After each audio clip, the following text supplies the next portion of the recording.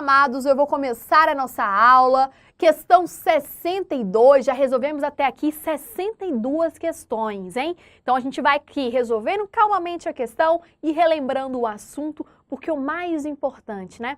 Eu tinha um professor na graduação que ele falava que o mais importante é o caderno inteligente ou o aluno inteligente? O aluno, né? Então você que está aí me acompanhando, anotando, dá um tempinho, presta atenção aqui na professora, eu vou te dar as dicas e quando eu falar, anota no seu material, você corre e anota, pode ser? Vamos então, questão 62 na sua tela. Vamos começar a nossa aula então com esse assunto mais importante, né? Vamos lá, questão 62 na sua tela. Eugênio é advogado contratado pela empresa Ônibus e Ônibus LTDA. Na empresa, ele é responsável pelas defesas em ações que pleiteiam, o reconhecimento da responsabilidade civil da sua cliente e dos seus prepostos. O contrato de honorários venceu em 2010. O contrato venceu em 2010 e ainda não foi renovado. Em dificuldades financeiras, a empresa não pagou os honorários devidos. O termo inicial, atenção pessoal da OAB, o termo inicial para a contagem do prazo, para a prescrição da pretensão de cobrança dos honorários advocatícios, observado o disposto no Estatuto, ocorre a partir da, vamos lá, letra A, da ultimação de tentativa de conciliação, letra B, da data fixada pelo juiz, C, da última prestação de serviço e, por fim, letra D, data do vencimento do contrato. Fala para mim, meus amigos, o que você marca como gabarito? Letra D, pessoal. Data do vencimento do contrato. Tudo bem? Professora, mas vamos lá. Por que não pode ser a letra A? Última tentativa de conciliação. Veja só, meus amigos, o início de um processo é justamente com o procedimento conciliatório. Se você não conseguiu fazer a conciliação, isso vai dar causa, início para você entrar com uma ação de cobrança? Claro que não. A última tentativa de conciliação, de nada importa, você ainda continua no processo, não é uma causa para você entrar a juizar com uma ação de demanda. Olha a letra B. A letra B fala que é uma data fixada pelo juiz. Bom, data fixada pelo juiz, o juiz vai determinar até qual momento eu vou continuar no processo? Óbvio que também não. Não existe essa hipótese pelo juiz de estabelecer uma data para a saída do advogado do processo. Claro que também não. Essa hipótese também não existe. Essa alternativa, lembrando aí da independência profissional e do acordo que você estabelece com as partes. Próximo, última prestação de serviço. Última prestação de serviço? Também não, né?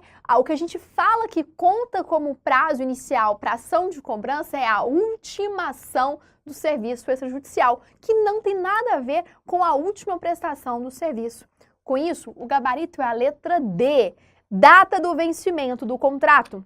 O que nós temos aqui? Artigo 25 do Estatuto da Advocacia da OAB. Por que não pode ser, professora, a letra C? Última prestação de serviço.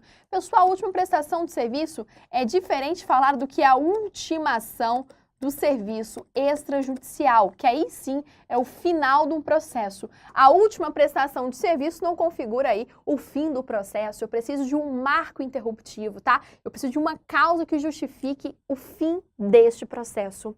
Meus queridos alunos que vão ser aprovados nessa OAB, anota por gentileza artigo 25 do Estatuto.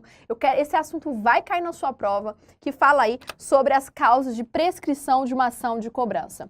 Veja comigo, então, o artigo 25 do Estatuto da OAB. Prescreve em 5 anos a ação de cobrança de honorários, contado o prazo, letra A, do vencimento do contrato, que foi a nossa alternativa, o nosso gabarito. Letra B, do trânsito em julgado da decisão que os fixar. C, da ultimação do serviço extrajudicial. E da desistência ou transação E por fim, da renúncia ou revogação do mandato. Então você deixa aí anotado, pessoal. Vou falar cada um com vocês.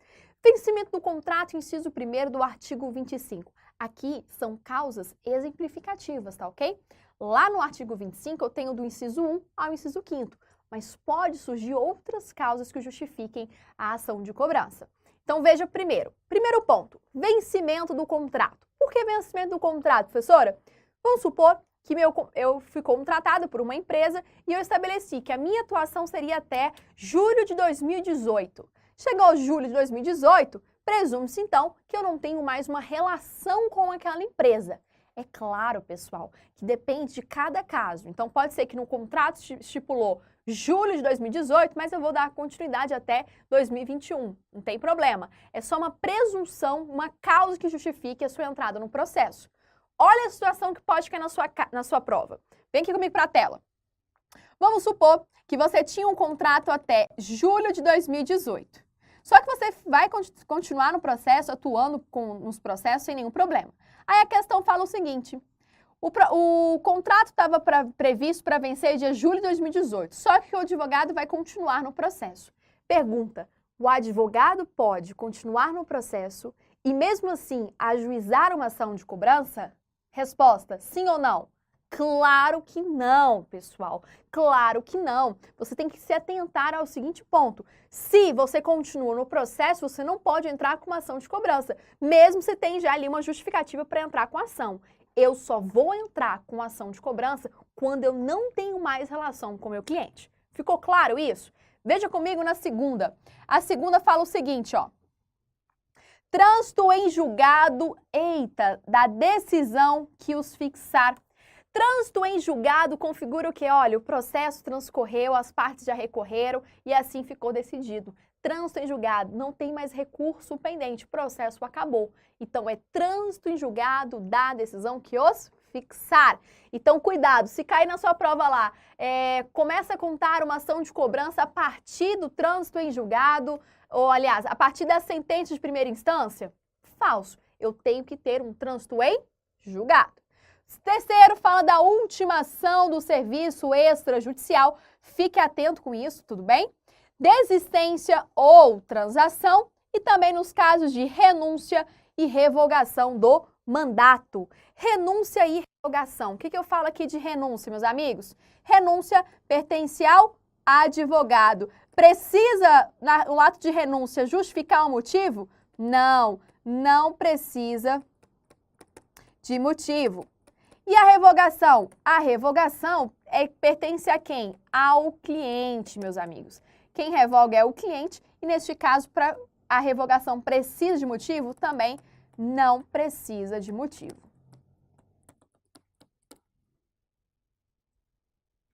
Perfeito? Maravilha. Então, o advogado, nós temos o quê? Nós temos aqui um ato privativo do advogado. Avança comigo para mais uma questão de um número 63 na sua tela. Vamos lá.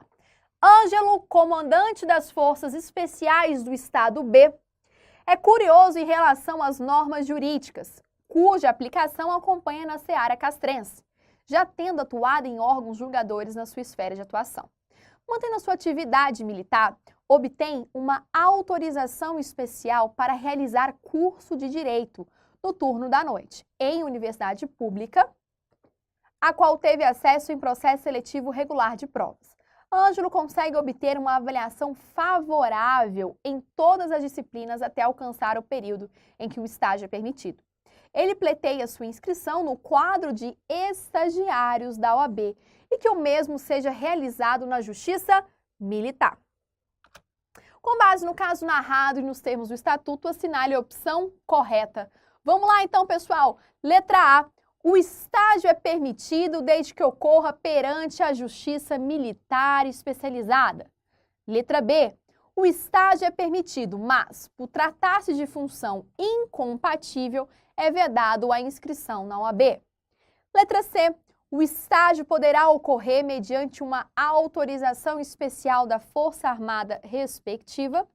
E letra D. O estágio possui uma categoria especial que limita a atuação em determinados processos. Vamos então lá, veja comigo, qual que é o gabarito, gente? Primeira coisa, você tem que entender o seguinte, estágio profissional. Pergunta antes de responder essa questão. O estágio, ele pode ser prestado por alguém que quisesse um cargo incompatível, sim ou não? Claro que não. Gabarito, portanto, letra B. O estágio, ele é permitido, mas, por tratar-se de uma função incompatível, é vedado a inscrição na OAB. Meus amigos, qual que é a diferença para você ter a inscrição do estagiário e a inscrição do advogado? 2 pontos. Primeiro, a aprovação no exame de ordem e a conclusão, seu diploma ou certidão de graduação. São 2 hipóteses que nós temos. Então, o estagiário pode exercer um cargo incompatível com a advocacia? Não, ele não pode. Então, neste caso, professora, como é que o estagiário faz? Simples, gente. O estagiário vai fazer o estágio na própria universidade. O que ele não pode exercer é um estágio remunerado. Gabarito, portanto, letra B de bola, tá? Vamos lá para a tela comigo. Eu separei para você o artigo 9º, inciso 1º da Lei 8.906. O exercício de uma atividade incompatível impede, gente, o estagiário se inscrever nos quadros da OAB. A vedação legal encontra-se nesse dispositivo. Então, quais são os requisitos para a inscrição do estagiário? Vamos rever? Primeiro requisito, ter capacidade civil. Se o estagiário não tiver capacidade civil, estiver acometido de uma doença incurável que impossibilite de exercer a advocacia, ele vai poder fazer o estágio? Claro que não, porque é o primeiro requisito para obter a sua inscrição como estagiário. Puxando esse vínculo com capacidade civil, vai uma perguntinha para você, meu aluno. O estagiário que está com uma doença incurável pode pegar a sua inscrição na OAB? Não, não pode. Lembrando a vocês que a doença curável gera a licença da inscrição. Professora, mas quando é que eu vou falar do Instituto de Licença da Inscrição do Estagiário? Muito simples, licença e cancelamento é depois que você obteve a sua inscrição. Então, vou falar, um estagiário que sofreu um acidente e vai ter que ficar afastado por um tempo da OAB, pediu uma licença, então ele já tinha a inscrição nos quadros. Ou, no caso do cancelamento, um estagiário que passou no concurso público, um cargo incompatível, mesma coisa, gera o cancelamento da inscrição. Por que eu estou fazendo essa revisão com você? Porque eu quero que agora, no momento do curso de questão, você já tem todo o nível, a bagagem das aulas. Você já estudou tudo que precisava estudar, então aqui nós vamos nos concentrar exclusivamente aqui em revisar e reforçar ainda mais o seu conhecimento. Então, lembrando, se a doença for incurável, vai gerar o quê? O cancelamento da inscrição. Perfeito, então, inciso 1º, nós falamos da capacidade civil, título de eleitor e quitação de serviço militar obrigatório, não exercer uma atividade incompatível com a advocacia e também prestar aí o compromisso da idoneidade moral, não é mesmo? Perfeito, então. Próxima questão, questão 64. Olha só. Fernanda, advogada regularmente inscrita nos quadros da OAB, atua individualmente, sem sócio, em seu escritório situado no centro da cidade Z, onde recebe os seus clientes para atividades de assessoria e consultoria, atuando também no contencioso civil, administrativo e trabalhista. Em visita de cortesia, recebe sua prima Giselda, que, estudando economia, tem acesso a várias pessoas de prestígio social, econômico e financeiro, em razão de sua atividade como assessora de diretoria de associação empresarial. Por força desses vínculos, sua prima começa a indicar clientes para a advogada, que lhe amplia o seu escritório e passa a realizar parcerias com outros colegas, diante do aumento das causas. Não existe qualquer acordo financeiro entre a advogada e a economista. Com base nisso, pessoal, assinale a opção correta. Letra A. Constitui atividade infracional disciplinar receber clientes de pessoas com relação de parentesco e prestígio social. B. Constitui atividade corriqueira não infracional o relacionamento social com parentes ou não. Letra C, constitui uma atividade ilícita por valer-se de parentes para obtenção de clientela, mesmo gratuitamente. E por fim, o último, constitui uma atividade vedada, uma vez que a clientela deve ser formada espontaneamente pelo cliente. Meus amigos, essa questão foi uma questão de brinde da OAB para vocês, né? Gabarito letra, põe para mim aqui, ó, letra B, meus amigos. É uma atividade corriqueira. Você indicar um cliente para um advogado ou para um amigo advogado não configura infração disciplinar. O que configura a infração disciplinar é você indicar um cliente mediante participação de honorários. Então, por exemplo, você vai indicar um cliente potencial para o meu escritório. E aí você fala, olha, professor, eu vou te indicar esse cliente e eu quero 10% dos honorários. Ou seja, essa indicação mediante remuneração, sim, configura a infração disciplinar. Ficou claro? Essa questão foi um brinde da OAB. E como é um brinde, eu vou te ensinar, mas olha, não conta pra ninguém não. Eu vou te ensinar uma técnica de chute para você chutar em outras disciplinas. Por exemplo, chuta lá com o Rosenval em ambiental, chuta lá com outros professores. Comigo você não chuta não, pode ser? Ó, qual que é a técnica de chute? Vem aqui pra tela comigo, por gentileza. A técnica é a seguinte, presta atenção.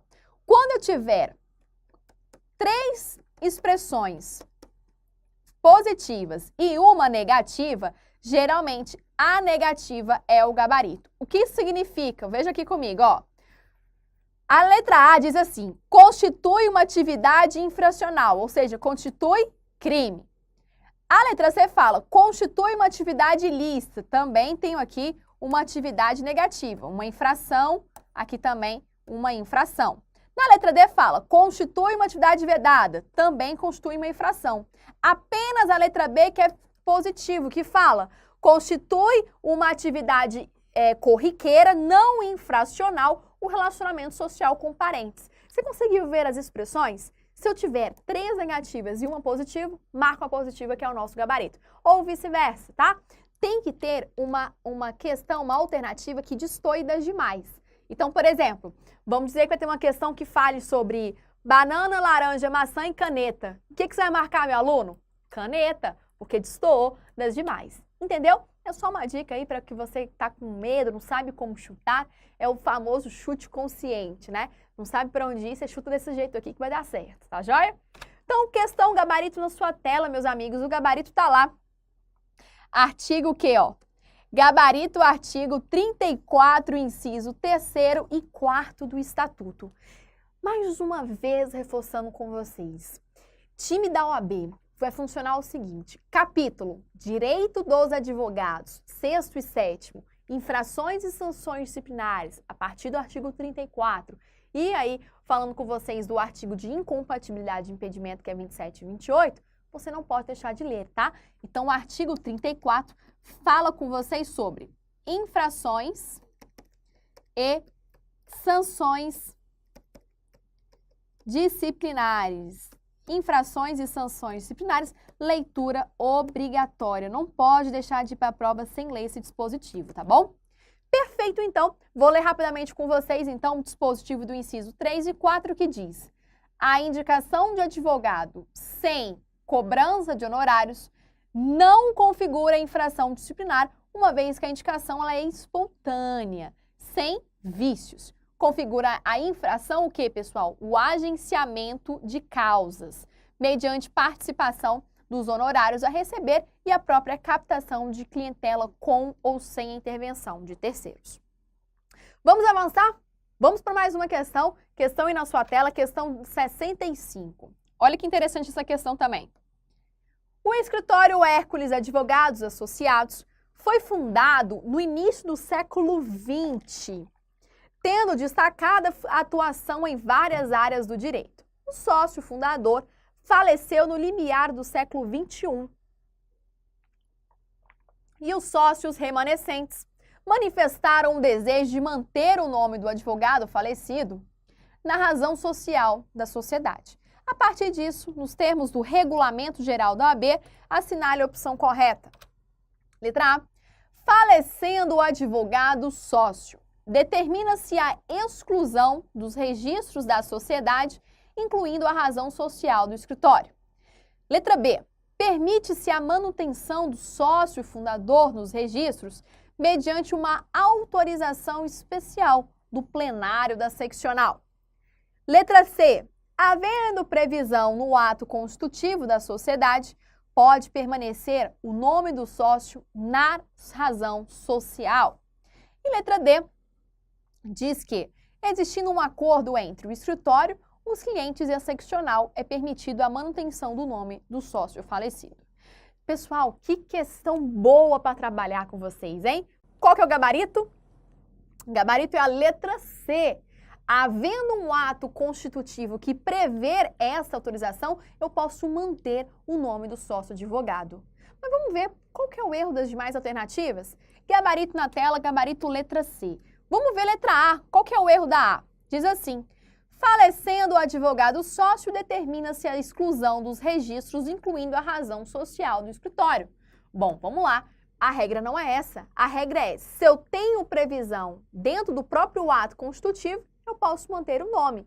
Então, professor, mas se não tiver, vai ter que ser excluído? Depende. Você pode litigar judicialmente falando, você pode recorrer ao OAB para que estabeleça um acordo com a parte, os herdeiros desse sócio, enfim, há um negócio. Então, esse fato de excluir de imediato não existe. Primeiro, a regra é manter se tiver uma previsão no ato. Se não manter, aí vão litigar no judiciário, onde for devido, tá bom? Então, não existe, a letra C, não há essa exclusão de imediato.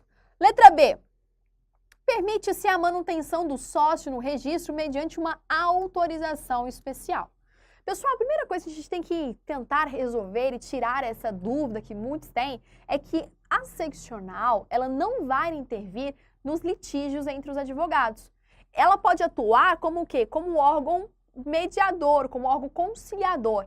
Mas a OAB não vai intervir e falar, olha, você vai manter a sociedade sim, ou você tem direito a tantos de honorários. Não, a OAB não faz essa intervenção na esfera privada da advocacia. O que a OAB faz, isso eu falo OAB como um todo, Conselho Seccional, Conselho Federal, ou até mesmo a subseção, o que a OAB faz é controlar, verificar se os advogados estão cumprindo as normas, estão de acordo com as infrações e sanções disciplinares, vai verificar se aquela sociedade está regular com a OAB, dentre outros. Então, essa intervenção de autorização especial, ela não existe, tá? E o órgão que é responsável para fazer essa intermediação, digamos assim, é o Tribunal de Ética e Disciplina, que pode atuar como o quê? Como órgão mediador e também um órgão que conciliador, tá joia? Então eu tenho aí que o Tribunal de Ética e Disciplina da OAB atua aí como órgão mediador e um órgão conciliador, tá? Não tem essa obrigatoriedade de autorização especial. Cuidado, porque pode cair na prova. Vou deixar até aqui um alerta de que vai cair na sua prova, tá? A competência do TED tem sido recorrente nas provas da OAB. Então, a gente vai ficar de olho aí se cair esse tema na sua prova, principalmente quando falar que o TED atua como órgão mediador e conciliador. Letra D na tela comigo, por gentileza, diz o seguinte: existindo um acordo entre o escritório de advocacia, os clientes e a seccional, é permitida a manutenção do nome do sócio falecido. Não há, gente, essa previsão dentro do nosso instrumento de estudo. Não tem essa hipótese de que, tem acordo, pode manter o nome. Não, isso é uma eventualidade, tá? É um evento futuro e incerto. Pode ser que ocorra, pode ser que não. Mas o que você tem que entender é, a regra para manter o nome de sócio falecido é que haja previsão, a própria previsão no ato constitutivo. E esse dispositivo está lá no artigo aqui, 16, parágrafo 1º do Estatuto. Faça a remissão no seu material. Anota, não deixa passar essa dica. E também o artigo 71, inciso 6º da Lei 8.066, que fala aí sobre a competência do Tribunal de Ética e Disciplina da OAB. O que nos diz lá? Diz o seguinte: que de acordo com as regras sobre sociedade, a manutenção do nome do sócio falecido é permitido se houver previsão. É isso que você tem que levar para a sua prova. Só vou manter o nome se houver previsão. Ficou claro? Artigo 16, parágrafo 1º. Também diz o quê? Que não há estipulação de prazo e nem vedação legal para a permanência do nome. Qualquer interpretação extensiva ao enunciado não será cobrado em prova. Próxima questão, questão 66 na tela. Sobre as competências dos conselhos seccionais da OAB, assinale a opção correta. Vamos falar de competência, e aqui a gente vai falar da competência do conselho seccional, uma questão que caiu na sua prova. Tudo que fala sobre competência, eu quero que você faça aquele esqueminha que eu te ensinei. Competência comum, que é comum para todos os conselhos, Conselho Federal, Seccional e Subseção, e quando eu falo de Conselho Seccional propriamente dito aqui, eu quero que você chame a sua atenção para a competência territorial, estadual, distrital. Letra A na tela. Compete ao Conselho Seccional ajuizar, após deliberação, ação direta de inconstitucionalidade de leis estaduais em face da Constituição Estadual e ação direta de inconstitucionalidade de leis federais em face da Constituição Federal. Letra B diz que compete ao Conselho ajuizar após deliberação mandado de segurança coletivo em defesa de seus inscritos, independente de autorização pessoal dos interessados. Letra C fala que compete ao Conselho ajuizar, independentemente de deliberação, ações de indenização contra todos aqueles que ofenderem seus inscritos em razão do exercício da profissão. E letra D diz que compete ao Conselho ajuizar, após a liberação, um mandado de injunção em face de Constituição Estadual ou da própria Constituição Federal. O que você marca e como é que você consegue interpretar esse dispositivo? Muito simples, gente. A competência do Conselho Seccional é direcionada para uma competência estadual. Gabarito letra C. Ajuizar, independentemente de deliberação, ação de indenização contra todos aqueles que ofenderem seus inscritos em razão do exercício da profissão. Então, marca comigo o gabarito. Eu deixei aqui com vocês a remissão legal. Ó. Artigo 105, inciso 5º do Regulamento Geral da OAB, que fala assim, olha aqui, gente. Compete ao Conselho Seccional ajuizar, após deliberação, primeiro, ação direta de inconstitucionalidade de leis ou atos estaduais e municipais em face de quê? Atenção, AB, em face da Constituição Estadual e da Lei Orgânica do DF. O que está errado, então, lá na questão quando fala de ADI? Fala de uma competência federal, fala que ajuizar uma ADI em face da Constituição Federal. Errado. Federal é o Conselho Federal. Então aqui, veja bem aqui comigo, vamos ter bastante calma para você não errar essa questão. Aqui, ele pode ajuizar uma ADI? Gente, ele pode ajuizar uma ADI, só que tem que ser o quê? Lei estadual, lei distrital ou até mesmo municipal. Não cabe em face de leis federais. Errado, porque quem vai interpor perante o Conselho Federal é quem, meus amigos? Perante a Constituição Federal é o próprio Conselho Federal. Ficou claro?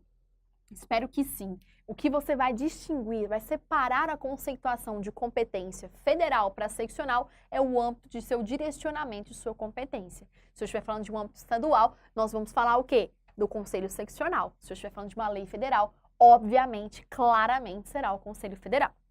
Olha o próximo inciso, a letra B. Fala que eu posso ajuizar uma ação civil pública para defesa de interesse difuso de caráter geral. Beleza? Essa letra C caiu também, ó. Mandado de segurança coletivo, que é o nosso gabarito, em defesa de seus inscritos, independentemente de autorização pessoal dos interessados. Nosso gabarito foi a letra C, tá bom? E vamos ver o último aqui, letra D, que fala que mandado de injunção em face de Constituição estadual ou até mesmo lei orgânica do DF. Qual que é o erro da questão aqui? Falar que é da Constituição Federal. Falou Constituição Federal, você já faz a anotação. Conselho Federal. Viu como é muito fácil? Sempre quando tem esse assunto de competência, tanto na minha disciplina como também vamos falar aí de direito constitucional, a gente cria um receio, uma resistência.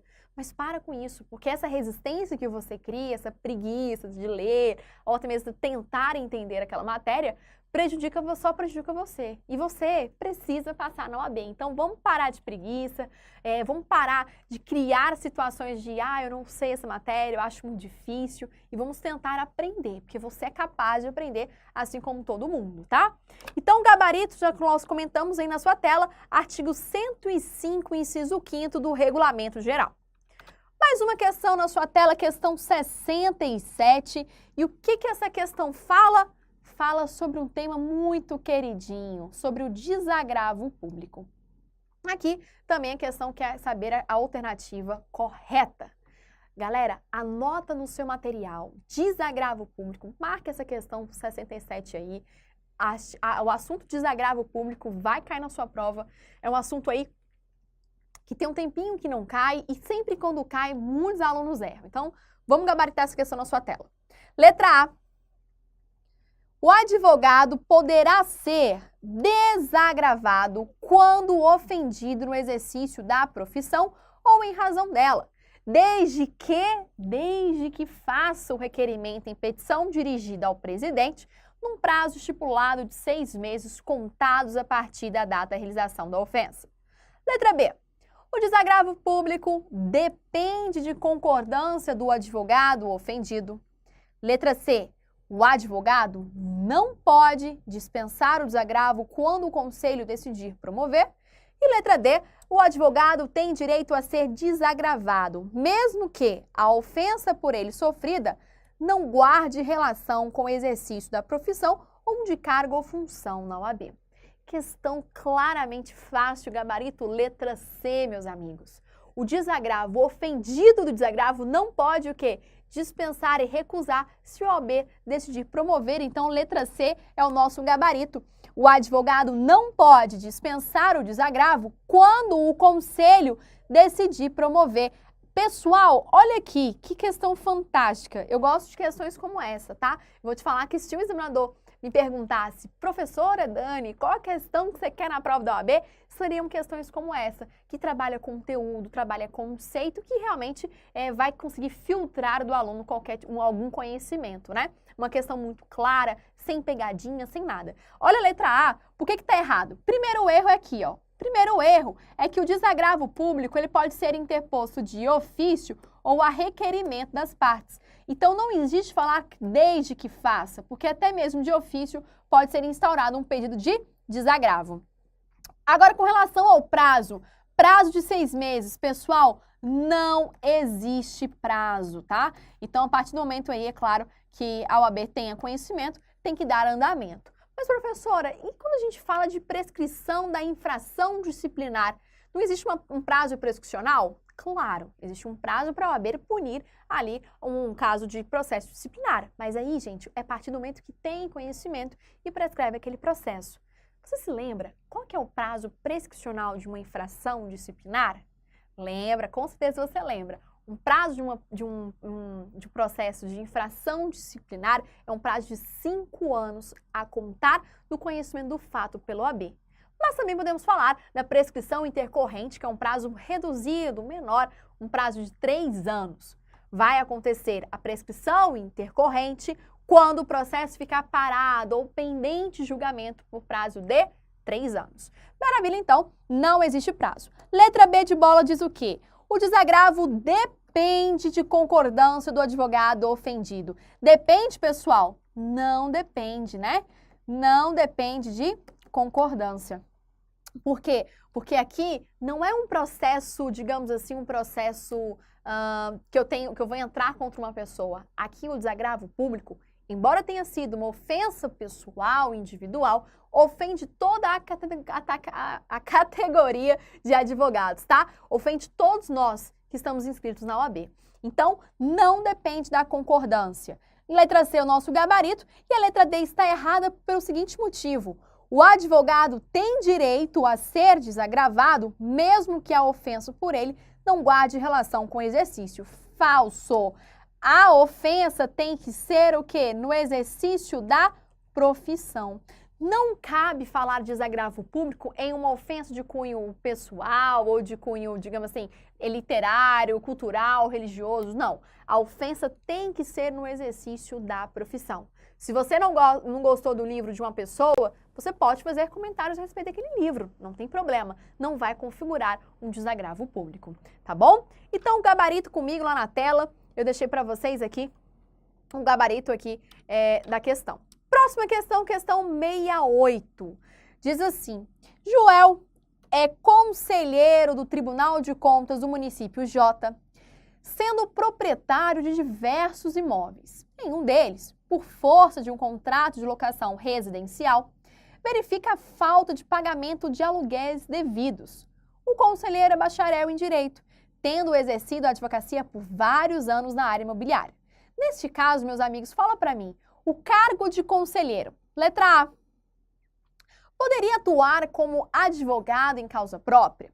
Letra B, deverá contratar um advogado para a causa diante de uma situação de incompatibilidade. Letra C, poderia advogar, recomenda-se, contudo, a contratação de advogado. E letra D, diz que está com sua inscrição como advogado suspenso. Questão também fácil, nós sabemos que é uma condição de incompatibilidade, né? Gabarito letra B de bola.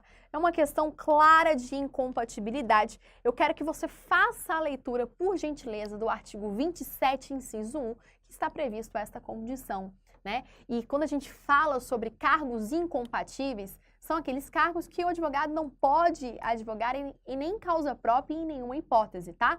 E quando eu falo sobre impedimento, é quando eu falo de uma proibição parcial. O advogado pode advogar em a causa própria, mas não pode advogar contra a entidade que o remunera. Então, um exemplo claro que eu sempre falo é o seguinte: o juiz, em exercício, pode advogar? Não, porque ele é um caso de incompatibilidade. O analista do Poder Judiciário pode advogar? Também não, porque está dentro do Poder Judiciário, dentro do rol de incompatível. Vamos perguntar também agora o seguinte: deputado distrital pode advogar? Como regra, ele está enquadrado aonde? No impedimento, porque ele é membro do Poder Legislativo, portanto, se enquadra no rol de impedimento. É apenas observações para você conseguir aí visualizar. Esse rol é um rol taxativo de incompatibilidade. O que nos sobrou aqui, que não é incompatível, você joga por impedimento. E lembra, pode advogar em causa própria, menos contra a entidade que o remunera. Então, vamos falar que se passou no concurso público para escriturário do Banco do Brasil, já tomou posse, já está em exercício no cargo. Minha pergunta: você, atualmente, é escriturário do Banco do Brasil, pode advogar? Como regra, sim, porque você vai ser enquadrado no impedimento. Em causa própria você pode, só não pode advogar contra a instituição que remunera, no caso o Banco do Brasil. Perfeito, então tá lá na sua tela, a letra B é o nosso gabarito, né? E temos aí falando a respeito das incompatibilidades do artigo 28, inciso 2º. São impedidos de exercer a advocacia os membros dos órgãos do Poder Judiciário, Ministério Público, tribunais e conselhos de contas dos juizados especiais, justiça de paz, classista, bem como todos que exercem função de julgamento. Próxima questão, questão 69 na tela. Isabela é advogada prestigiada, tendo organizado com o correr dos anos um escritório de advocacia especializado em direito ambiental com vários advogados associados. Por uma sugestão de um deles, ele dita um atualizado boletim de notícias com informações jurisprudenciais, doutrinárias, legais e internacionais sobre o tema, considerado uma publicação de altíssima qualidade, que é distribuído somente aos profissionais do escritório. Sabedor desta publicação, Eusébio, jovem estudante de Direito, que busca direcionar seus estudos para a área ambiental, solicita acesso ao referido boletim. Nos termos do Código Boletim de Notícias, letra A, deve circular restritivamente entre os profissionais do escritório. B, pode ser enviada a qualquer pessoa como forma de propaganda. Letra C, pode ser remetida a quem o requerer. E letra D, é considerado como uma publicidade abusiva e vedado ao advogado. Uma questão ótima sobre publicidade profissional, assunto previsto no nosso Código de Ética, e o gabarito é a letra C, pessoal. Neste caso específico, o escritório pode encaminhar o boletim de notícias a quem o solicitar, a quem o requerer. Então, o gabarito letra C pode ser remitido a quem o requerer, tá bom? Professora, por que não pode ser a letra A? Eu não entendi essa questão. Vamos lá. Letra A fala que deve circular restritivamente entre os profissionais do escritório. Restritivamente, aqui nós vamos puxar uma seta. Por quê? Vai ser encaminhada a 3 pessoas. O pessoal do escritório, a advogados, amigos e conhecidos e também a quem solicitar, quem requerer o boletim. Então, se você tem conhecimento e tem interesse, você pode solicitar, que não é nenhum problema. E a letra B? Qual que é o erro da B? Pode ser enviada a qualquer pessoa como forma de propaganda. Falso, porque não é qualquer pessoa, somente a quem? Esse conjunto aqui, esse trio, tá ok? Pessoal do escritório, os advogados conhecidos e quem solicitar. Se eu falar que qualquer pessoa pode receber esse boletim de informativo, aí, gente, é a mesma coisa que falar que eu posso pegar esse boletim de jurisprudência e distribuir nos semáforos, distribuir nas rodovias, fazer esse marketing dentro de uma padaria, um comércio, enfim. Tá? Então, qualquer pessoa não. Apenas essas 3 que eu comentei. Letra D fala que é uma publicidade abusiva e vedada ao advogado. Gente, não é abusiva, tá? Não é abusiva, porque o advogado foi solicitado. Eles solicitaram o documento dele, não ele ficou distribuindo aleatoriamente. Seria considerado uma publicidade abusiva quando fosse o quê? Se fosse uma distribuição aleatória. Se fosse uma distribuição, portanto, aleatória, sim, eu falaria com vocês de uma publicidade abusiva, tá bom? Perfeito, vamos então para a tela, artigo 45 do Código de Ética. O que nós temos aqui? Artigo 45 do Código de Ética. Bom, gente, regras sobre publicidade profissional. É um tema também que é um destaque na OAB, é um tema de muita cobrança e que você, meu aluno, precisa relembrar o que pode e o que não pode na publicidade da advocacia. Primeira regrinha que você tem que lembrar é que se for dar uma entrevista em TV, em rádio, ou, enfim, TV, rádio, jornal, você tem que ter um cunho meramente educativo, informativo. Qualquer promoção pessoal se divulgando seu escritório, divulgando sua equipe, vai configurar uma infração disciplinar, tá? Então, se você pode fazer o quê? Referência apenas a e-mail em entrevistas e jornais. Não pode divulgar telefone, não pode divulgar endereço, nem outra forma de contato. Apenas o seu e-mail. Outro ponto importante é que a publicidade ela é discreta e moderada. É um critério muito subjetivo, né? O que pode ser discreto para um, pode ser para outro, mas de toda forma a OAB diz o quê? Que eu não posso fazer uma autopromoção, uma captação de clientela. Então temos que ter cuidado a esses informativos. Exemplo, divulgar em outdoor, divulgar em rede social, divulgar decisões ou equipe do seu escritório em locais públicos, em comércios, tem que ter cuidado, porque o interesse de divulgar, obviamente, é atrair mais clientes. Então, com base nessa lógica, você, meu aluno, consegue responder qualquer questão sobre publicidade. Caiu no último exame a seguinte questão sobre publicidade. 3 advogados, cada um fez uma forma de publicação. O primeiro pegou um painel luminoso e colocou na fachada do seu escritório os seguintes dizeres: escritório, advocacia trabalhista, ponto. O segundo advogado fez a publicidade em outdoors distribuído pela cidade. E o terceiro advogado fez uma publicidade colocando um informativo com os dados do seu escritório dentro de elevadores comerciais. Minha pergunta é: quais dos 3 advogados cometeu aí uma infração disciplinar? Muito simples. Apenas os 2 últimos advogados. O advogado que colocou um painel luminoso na fachada do seu escritório, ele respeitou o critério discreto e moderado e também as formalidades para a inscrição da fachada. Então, o primeiro advogado não cometeu nenhum tipo de violação à publicidade. Mas o segundo e o terceiro, um que fez um outdoor e o outro que distribuiu cartazes em elevadores comerciais, esses 2 cometeram aí infração disciplinar. Gente, Cuidado com o tema de publicidade, é um tema muito cobrado em prova, é um tema que confunde também, porque... Por que confunde, professora? Muito simples. Confunde porque a gente tem aquela ideia, aquela noção de que o dia a dia fala o que está certo e o que está errado.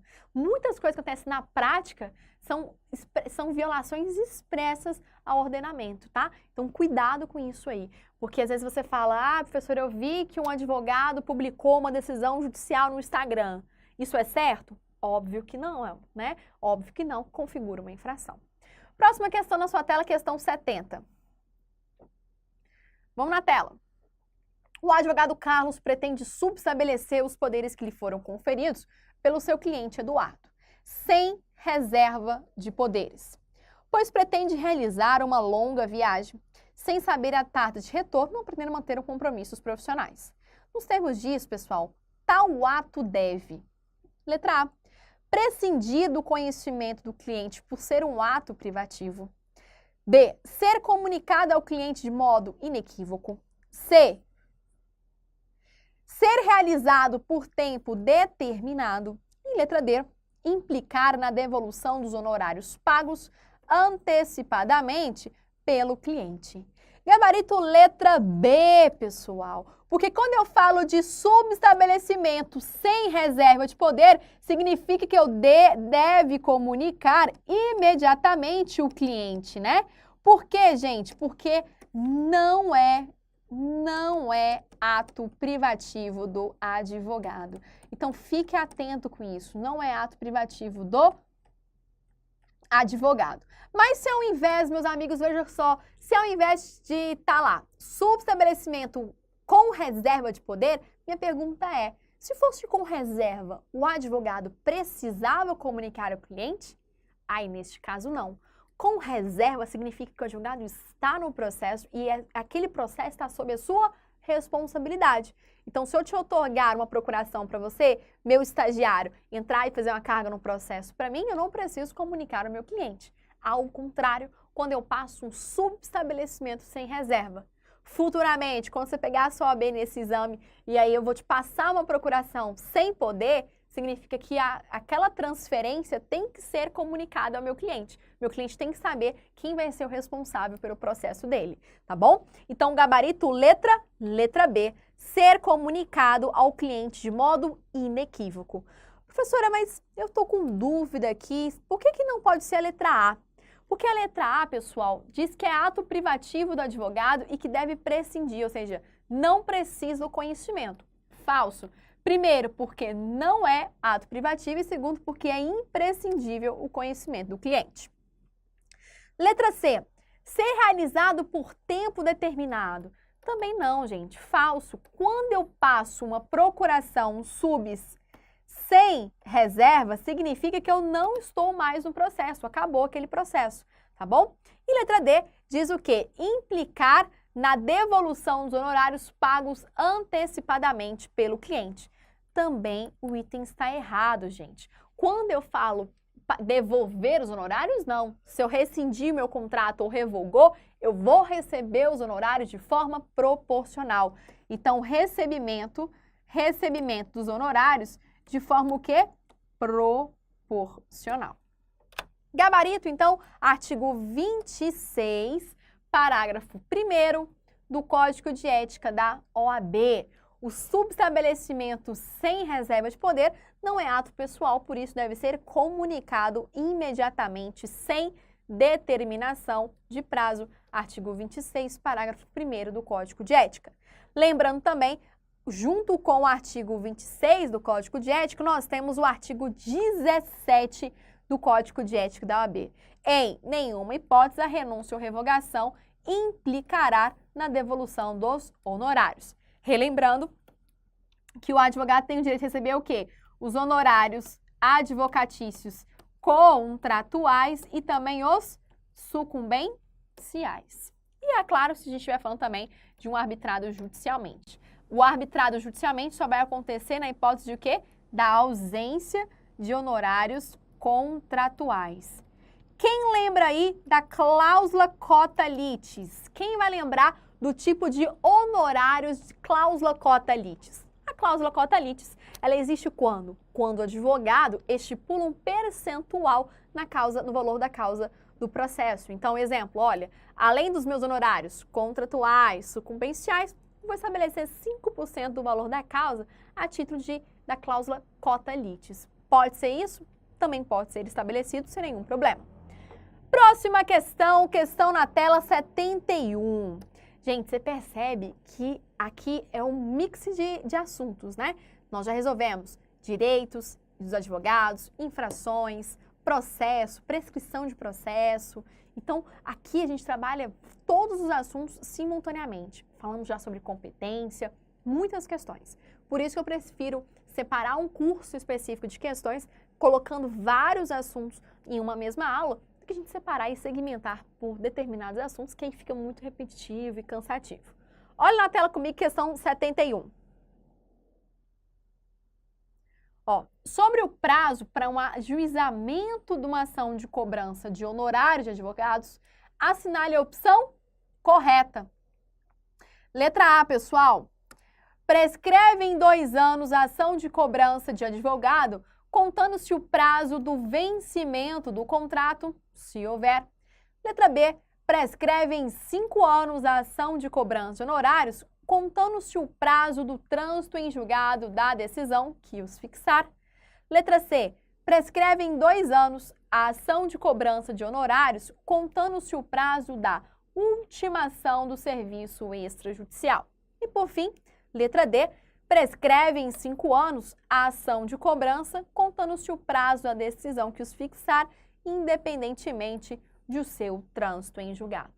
Quando você fica com dúvida com relação ao prazo, o que você faz? Elimina as alternativas. Primeira coisa, eu falei em algum momento da nossa aula que a prescrição ocorre em 2 anos? Nunca. Então, o que você faz? Coloca, já desmarca as questões que falam sobre 2 anos, porque não existe. A alternativa B e a alternativa D. Qual que você marca? A letra B, pessoal, porque eu falei do trânsito em julgado. A letra D se torna errada porque não é que independe, é depende do seu trânsito em julgado. Então, para começar a falar de um prazo prescricional, eu vou começar a contar do prazo desta ação. Viu como é fácil? Gente, saber um conteúdo, ter o domínio de uma matéria, é a melhor coisa que você pode pedir para Deus. Quando você estiver estudando, independentemente da sua fé, você sempre se concentra e fala que caia na prova aquilo que eu estudei, ou então que você fala, Deus, torna mais fácil essa matéria, mais fácil essa compreensão, para que eu consiga gabaritar na prova, né? E aí, vamos aqui comigo no artigo 25, inciso 2º, do Estatuto da Advocacia e da OAB. Prazo prescricional de 5 anos, conforme nós mencionamos, conforme nós trabalhamos isso em sala de aula. Perfeito? Vamos para mais uma questão na tela. Maria, após vários anos de tramitação de ação indenizatória, em que figurava como autora, decidiu substituir José, um advogado que até então atuava na causa, por João, amigo da família, que não cobraria honorários de nenhuma espécie. Ao final da ação, quando Maria finalmente recebeu os valores que lhe eram devidos, a título de indenização, foi procurada por José, que desejava receber honorários pelos serviços prestados até o momento em que foi substituído. Sobre essa hipótese, assinale a opção correta. Letra A. José tem direito a receber a integralidade dos honorários contratuais de sucumbência, como se tivesse atuado na causa até o final, uma vez que foi substituído por vontade da cliente e não sua. Letra B. José não tem direito em receber honorários porque não atuou até o final da causa. C. José tem direito a receber, mas não tem direito a receber honorários de sucumbência.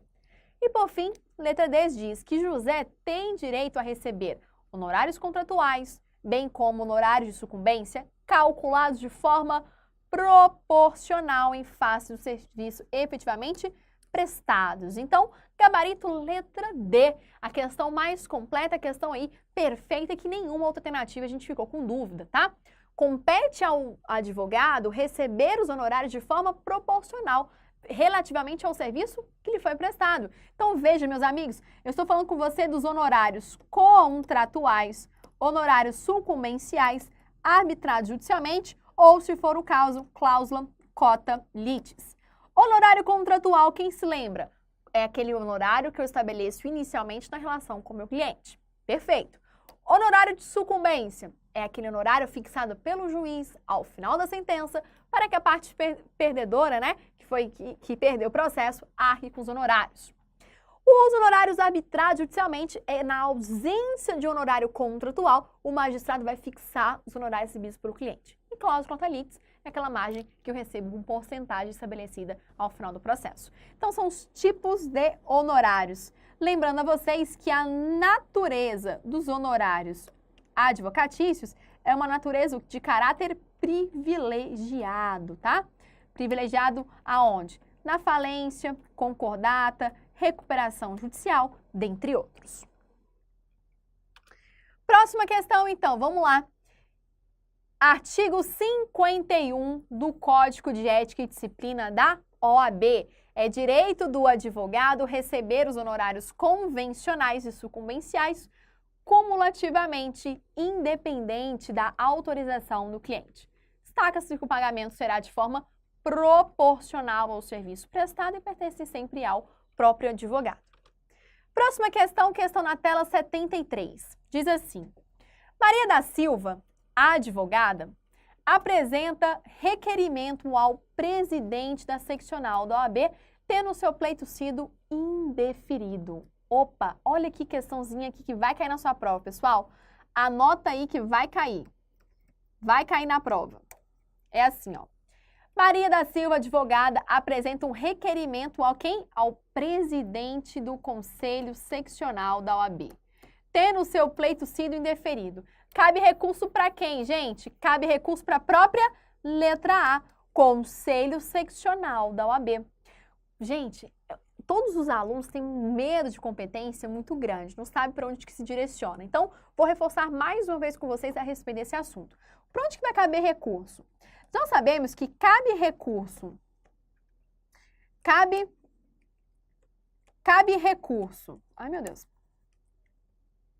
Cabe recurso ao Conselho Seccional quando? Decisão de presidente do próprio Conselho, do Tribunal de Ética e Disciplina, da Caixa de Assistência dos Advogados, da própria subseção. Aqui ela quer saber o seguinte, olha, Maria Mariazinha, vai interpor um recurso aqui no Conselho Seccional contra uma decisão do próprio presidente. Este recurso vai ser para onde? Para o próprio conselho, para o próprio presidente julgar, tá bom? Ah, professora, mas como é que funciona recurso no Conselho Federal? Se a competência matéria tiver repercussão nacional ou for uma decisão unânime que contrarie ou tem um conflito de competência entre conselhos, cabe para o Conselho Federal. Deixa eu desenhar para você entender. Recurso ao Conselho Federal. Quando que vai acontecer? Tema de repercussão nacional. Segundo ponto, sempre que for nacional, tema federal, atenção, tema federal vai competir ao Conselho Federal. Bom, segundo tema, decisão unânime do Conselho Seccional. Aqui é qualquer conselho. Por que decisão unânime, professora? Decisão unânime que contrarie o Estatuto da Advocacia da OAB, o Código de Ética, Regulamento Geral, dentre outros. Ou uma decisão não unânime do próprio Conselho Seccional. E, além disso, diante de conflito de competência entre os conselhos seccionais. Aí, eu vou falar que cabe recurso para o Conselho Federal. Uma interposição de recurso contra uma decisão do presidente do próprio Conselho Seccional vai ser julgado no próprio Conselho Seccional. Entenderam? Lembrando, vamos fazer agora uma seguinte questão. Veja comigo, ó. Maria, vamos supor que Maria, ela apresentou um requerimento ao ela quer representar um requerimento contra um advogado da subseção. Minha pergunta é, vamos colocar aqui, Maria quer entrar com um requerimento em face de um advogado do Conselho Seccional da OAB. Minha pergunta é, Maria vai interpor esse requerimento aonde? No Conselho Seccional ou na subseção? Lembrando que o advogado é da subseção, tá ok? Da subseção da OAB-DF, vamos supor. Maria quer entrar com requerimento contra um advogado da subseção. Onde ela vai interpor? Na subseção ou no Conselho Seccional? Depende, pessoal. Ela pode interpor tanto no Conselho ou na subseção. Tanto faz. Nós não falamos que a subseção é um órgão autônomo, que ele sempre vai precisar da ratificação do Conselho Seccional? Então, a decisão de um processo, automaticamente ela vai subir para o Conselho Seccional para decidir finalmente. Então, neste caso, Maria poderia interpor tanto ao Conselho Seccional, como também a subseção. Porque tanto faz, a subseção é um órgão autônomo, tá bom? Gabarito, então, na tela, artigo 76 do Estatuto da Advocacia da OAB. Esse artigo aqui vai cair na sua prova, você não pode deixar de ler, tá? Cabe recurso ao Conselho Seccional. E aqui, meus amigos, Conselho Seccional é qualquer um, tá? Se cair na sua prova que é o Conselho Seccional da Bahia, beleza, o Conselho Seccional da Bahia, é qualquer conselho. Então, olha, cabe recurso ao Conselho Seccional de todas as decisões proferidas por seu presidente, Tribunal de Ética, Diretoria da Subseção ou Caixa de Assistência dos Advogados. Então, Conselho Seccional vai ter recurso do TED, recurso do presidente, subseção e Caixa de Assistência dos Advogados. Parece difícil esse assunto, mas não é, tá? Esse assunto é um assunto fácil, desde que você pare de ter medo. Quando você deixar seu medinho de lado e falar assim, eu acho que eu vou gostar dessa matéria, você vai aprender. Porque é como se fosse, digamos assim, como se fosse poder judiciário. O judiciário a gente não tem primeira instância, segunda instância, instância superior. A mesma regra funciona na própria OAB. Eu vou ter a subseção, Conselho Seccional, Caixa de Assistência e o Conselho Federal. A mesma estrutura de hierarquia, competência, independência funciona aqui como funciona no próprio Poder Judiciário. Veja, por exemplo, conflito entre uma subseção e o Conselho Seccional. Quem decide? O Conselho Seccional, porque a subseção ela é um órgão autônomo, ela não tem personalidade jurídica e existência própria. Ela está vinculada ao órgão que criou. Então, se houver um conflito entre a subseção e o Conselho tem a competência para julgar. Tá joia? Vamos avançar mais com o nosso conteúdo, questão 74. Aguinaldo ele é advogado na área de direito de empresas, tendo como uma de suas clientes a Sociedade Cobradora Eficiente LTDA, que consegue realizar os seus atos de cobrança com rara eficiência. Por força de sua atividade, a sociedade é convidada a participar de reunião com a Associação de Consumidores e envia o seu advogado para dialogar com a referida instituição. Consoante o estatuto, deve o advogado comparecer. Letra A reunião com o seu cliente responsável pela empresa. Letra B, desacompanhado com uma procuração poderes adjudicia. Letra C, a reunião com um mandado otorgado com poderes especiais. E letra D, ao local sem a presença do cliente e sem mandato. Pessoal, o gabarito é a letra C. Quando a gente falar da presença, da participação em assembleia ou reunião, eu quero que você destaque no seu material o seguinte, que o advogado, obrigatoriamente, para comparecer uma assembleia ou uma reunião que o seu cliente venha comparecer ou possa comparecer, precisa de procuração com poderes especiais. Essa será a única hipótese que pode cair na sua prova exigindo procuração com poderes especiais. Aí você me perguntar, professora, existem várias outras hipóteses de procuração especial. No próprio CPC, no próprio Código Civil, nós temos isso. Verdade, a gente tem várias hipóteses, são inúmeras. Mas aqui no meu material de estatuto da OAB, código, regulamento, a única previsão é essa, comparecer à assembleia ou reunião que o seu cliente possa comparecer, tendo aí poderes especiais. Anota porque está previsto lá no artigo 7º, direitos do advogado. É um tema fácil, né? Porque nós já abordamos umas questões parecidas com este assunto, previsto lá no inciso 5º do nosso estatuto, letra D da OAB. Que coloquei para você? Que o advogado deve comparecer munido de procuração com poderes especiais em assembleia ou reunião de que participe ou possa participar o seu cliente. O Estatuto da OAB exige a procuração com poderes especiais para obter nessa assembleia. Próxima questão na tela, vamos lá. Uma questão também aí bem tranquila, uma questão que não cai tem muito tempo na OAB. Acho que essa questão foi cobrada aí em 2013, então tem bastante tempo que não cai essa questão. Olha na tela. Questão 75. Abel, por força de suas atividades como advogado, comparece à audiência designada para ocorrer às 13 horas. Aguarda algum tempo, mas não recebe qualquer notícia do início. Neste caso consoante, o advogado pode retirar-se do recinto. Letra A, 20 minutos do horário designado. B, 30 minutos do horário designado. C, 40 minutos do horário designados. E D, vamos lá? 50 minutos do horário designado.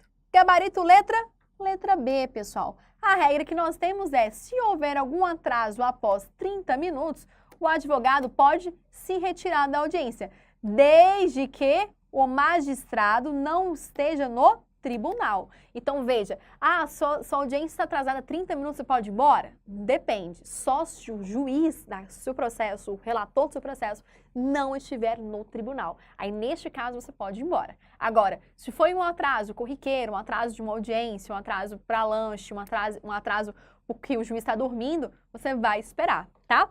Então, o gabarito aí, gente, tá lá no artigo 7º, inciso 20 do nosso estatuto, tá? Lembrando que lá na Justiça do Trabalho, gente, esse período de 30 minutos é reduzido pela metade. Então, eu tenho 15 minutos de atraso sobre as mesmas condições. Então, na Justiça do Trabalho, se cair essa questão, você vai se lembrar que o prazo é de 15 minutos. Vamos, então, continuar a nossa aula. Vamos lá, questão 76. A respeito da competência do Conselho Federal, assinale a opção incorreta. Veja só, nós já vimos ainda, a gente viu nessa aula de hoje, né, competência do Conselho Seccional. Vamos ver agora do Federal. Na tela. Letra A. Compete ao Conselho Federal da OAB representar, em juízo ou fora dele, interesses coletivos ou individuais dos advogados.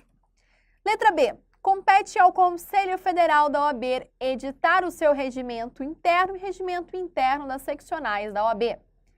Letra C. Compete ao Conselho Federal julgar em grau de recurso questões decididas pelos conselhos seccionais nos casos previstos no Estatuto e no próprio regulamento. E letra D. Compete ao Conselho Federal da OAB velar pela dignidade, independências, prerrogativas e valorização da advocacia. Qual que é o gabarito aí, pessoal? O que você marca como incorreta? O gabarito é bem sutil o erro, gente. É o gabarito letra B. Por quê? Não compete ao Conselho Federal editar o regimento interno de cada seccional. Gente, pensa comigo. Imagina só a estrutura aqui. Hoje nós temos a sede do Conselho Federal em Brasília. Então, imagina, o Conselho Federal editar regimento de cada seccional. É quase que impossível, né? Ele passaria o ano inteiro editando o regimento interno das seccionais. Então, não faz sentido. Gabarito, então, é letra B. O regimento interno da seccional não é de competência, não é da competência do Conselho Federal. É claro que o Conselho Federal, gente, ele pode intervir para cassar ou alterar qualquer um dos atos, tá ok? E a letra C? Letra C fala que compete ao Conselho Federal julgar em grau de recurso questões decididas pelos conselhos nos casos previstos na lei. Perfeito. Nenhum erro nessa questão, nenhum na letra A, muito menos na letra D, né? Então, o gabarito está lá, gente, no artigo 58, inciso 1º da Lei 8.906. Você vai tá passando a perceber de que a gente já mapeou todo o nosso material de estatuto, os principais pontos do Código de Ética e que nesses mais de... Quantos anos nós temos da OAB? Desde 2010, mais de 8 anos, a mesma banca aplicando, você vai perceber, meus alunos, o seguinte, que as questões de regulamento geral é muito pouco cobrada, tá? O regulamento geral da OAB quase nunca é cobrado na prova da ordem. Então, hoje o assunto mais explorado está dentro do estatuto e dentro do Código de Ética. Mas eu acredito que isso vai mudar neste exame, eu acredito que o examinador vai cobrar mais questões de competência que está previsto no regulamento e que nós já estudamos no curso teórico e também aqui estamos reforçando nas questões, tá? Próxima questão na tela, questão 77. Questão 77. A advogada Maria Vivian procura apresentar os seus serviços profissionais como de uma excelente qualidade, utilizando a estratégia aprendida em tempos em que atuava no teatro. Quando finalizava a peça pedindo indicação aos amigos, se estivesse aprovado o espetáculo, e caso negativo, indicasse aos inimigos. A par disso, organiza um sistema sofisticado de divulgação de material de propaganda, informando o número de vitórias obtidas em várias causas, com temas próprios das causas de massa. Nos termos do código, o advogado ele não pode. Letra A. Realizar. Peraí. Advogado não pode. Letra A. Realizar propaganda, mesmo moderada, de sua atividade. Letra B. Ofertar serviços profissionais que impliquem exposição de clientela. Letra C. Apresentar o seu currículo profissional em público. E letra D. Distribuir cartões de visitas com seu endereço profissional.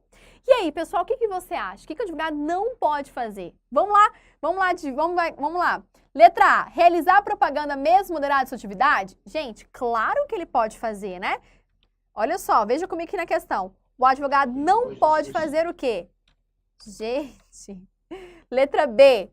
Ofertar serviços profissionais que impliquem exposição de clientela? Apresentar o seu currículo profissional em público? E letra D, distribuir cartões com o seu endereço. Gente, o que ele não pode fazer? Ele não pode ofertar serviços que impliquem exposição de clientela.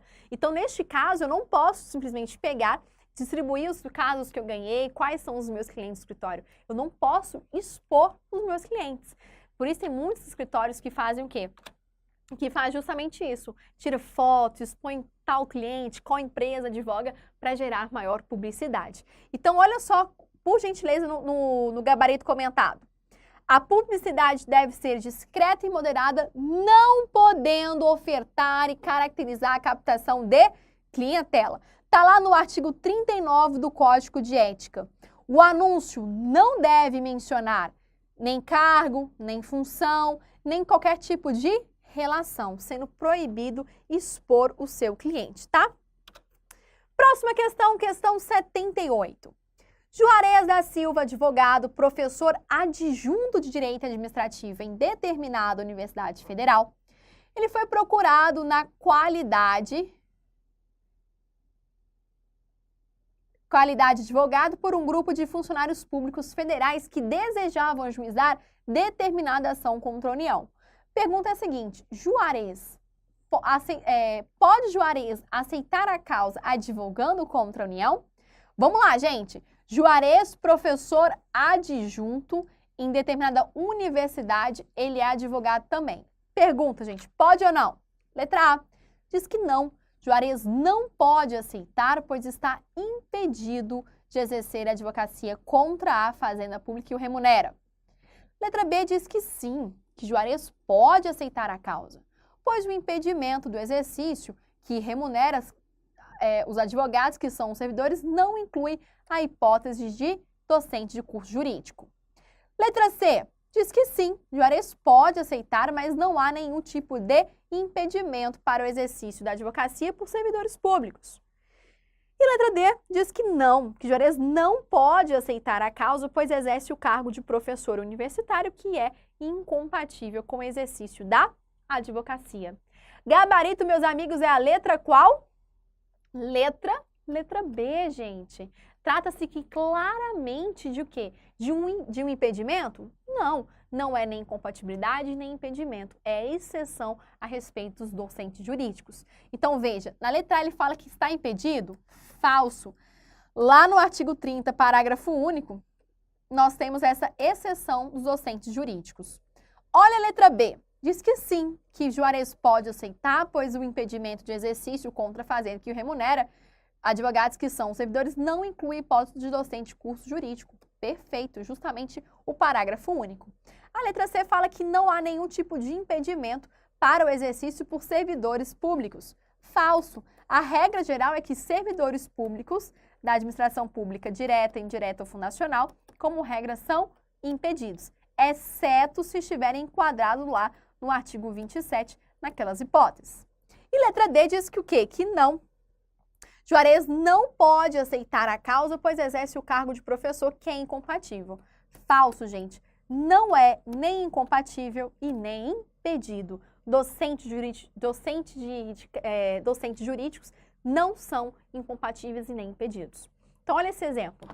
Eu ministro em Brasília em 2 universidades.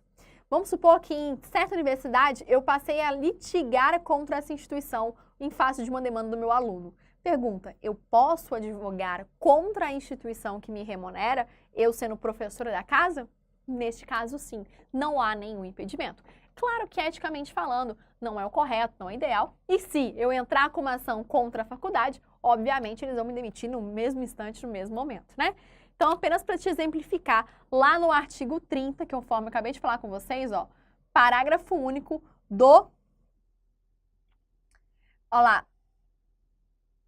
Artigo 30, parágrafo único do Estatuto. Diz assim, que a situação apresentada é excepcional pela ausência de vínculo do professor com a União Federal, sendo permissível ao magistério exercer os atos da advocacia.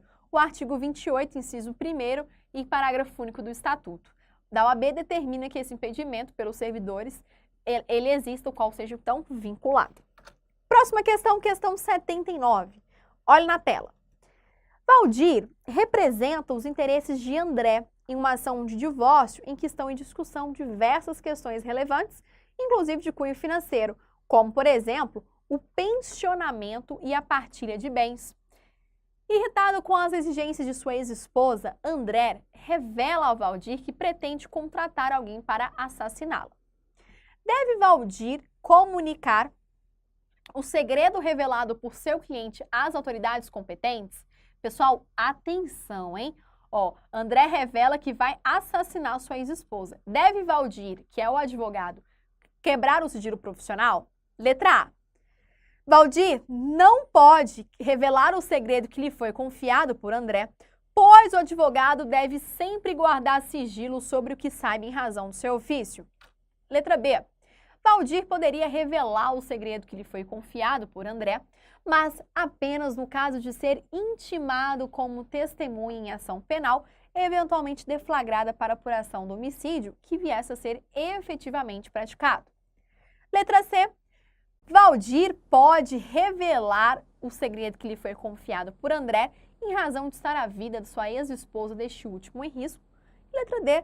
Valdir não pode revelar o segredo que lhe foi confiado por André, mas tem obrigação legal de impedir que o homicídio ocorra. Que pessoal, gabarito letra C. Diante de uma circunstância aí que possibilita a quebra do sigilo, pode ou não o advogado quebrar o sigilo. Então, neste caso, ele pode quebrar o sigilo porque tem o quê? Crime e ameaça à vida de uma outra pessoa, que é o caso de uma circunstância aí que possibilita a quebra do sigilo profissional. Lembrando a vocês que eu posso quebrar o sigilo profissional em 3 circunstâncias. Primeiro, diante de um crime, ameaça à vida ou honra de outra pessoa. Segundo, nos casos de legítima defesa. E terceiro, que eu coloco para vocês aqui, não está na legislação e também há a possibilidade quando autorizado pelo cliente. Quando o seu cliente autorizar a quebra do sigilo, você pode então quebrar. Lembrando que as circunstâncias excludentes previstas lá no artigo 37 do Código de Ética são circunstâncias o quê? Facultativas. Quem vai decidir ou não é o próprio advogado. Então, diante de um caso de legítima defesa, pode ou não o advogado quebrar o sigilo profissional. Na mesma coisa, legítima defesa, nos mesmos casos de crime, ameaça à vida ou honra de outra pessoa, e também quando eu coloco aqui, quando autorizado pelo cliente. Perfeito? Maravilha, então, meus amigos. Matheus é estagiário vinculado ao escritório Renato e Associados. No exercício de sua atividade, por ordem do advogado supervisor, o estagiário acompanha o cliente diretor da sociedade Tamoaí S.A. Por motivos alheios à vontade do estagiário, que se disse inocente de qualquer deslize, o diretor veio a se desentender com Matheus e, por força desse evento, o escritório resolve renunciar ao mandato conferido pela pessoa. Nos termos do estatuto, assinale a opção correta. A. O advogado pode afastar-se do processo em que atua sem comunicação ao cliente. B. A renúncia deve ser notificada ao cliente pelos advogados mandatários. C. A renúncia aos poderes conferidos dependerá do cliente do escritório. E letra D. A renúncia ao mandato sem respeitar o prazo implica abandono de causa. Pessoal, gabarito letra B. A renúncia deve ser notificada ao cliente pelos advogados mandatários. Então, a renúncia deve sim, eu recebi a procuração, eu mesmo vou renunciar a essa procuração. No entanto, essa questão é uma questão furada, tá? O gabarito da FGV foi o gabarito letra B, mas eu também vejo a questão alternativa letra D também como possível gabarito. Veja comigo, dá atenção especial à letra D, que fala assim: a renúncia ao mandato sem respeitar o prazo legal implica abandono de causa. De fato, se o advogado não cumprir o prazo de 10 dias, implica o quê? O abandono de causa. Ele simplesmente abandonou e deixou de cuidar do processo. Então, a letra B e a letra D é um possível gabarito. A FGV considerou o gabarito letra B de bola, tá? Mas vamos ter atenção aí, porque o D também está corretíssima e tem fundamentação legal que eu coloquei aqui em tela para você. Ó, eu marquei o artigo 34, inciso 11, o artigo 5º, parágrafo 3º do Estatuto e também o artigo parágrafo 3º. Então, artigo 5º, parágrafo 3º e artigo 34, inciso 11, tá? Então, as duas estão corretas, tanto a B como também a alternativa letra D. Bom, então vou encerrar nossa aula neste momento. Te espero aí no próximo encontro, nossas próximas aulas que temos ainda pela frente para resolver aí todas as questões cobradas na prova da FGV. Então te espero no nosso próximo bloco, na nossa próxima aula. Até lá!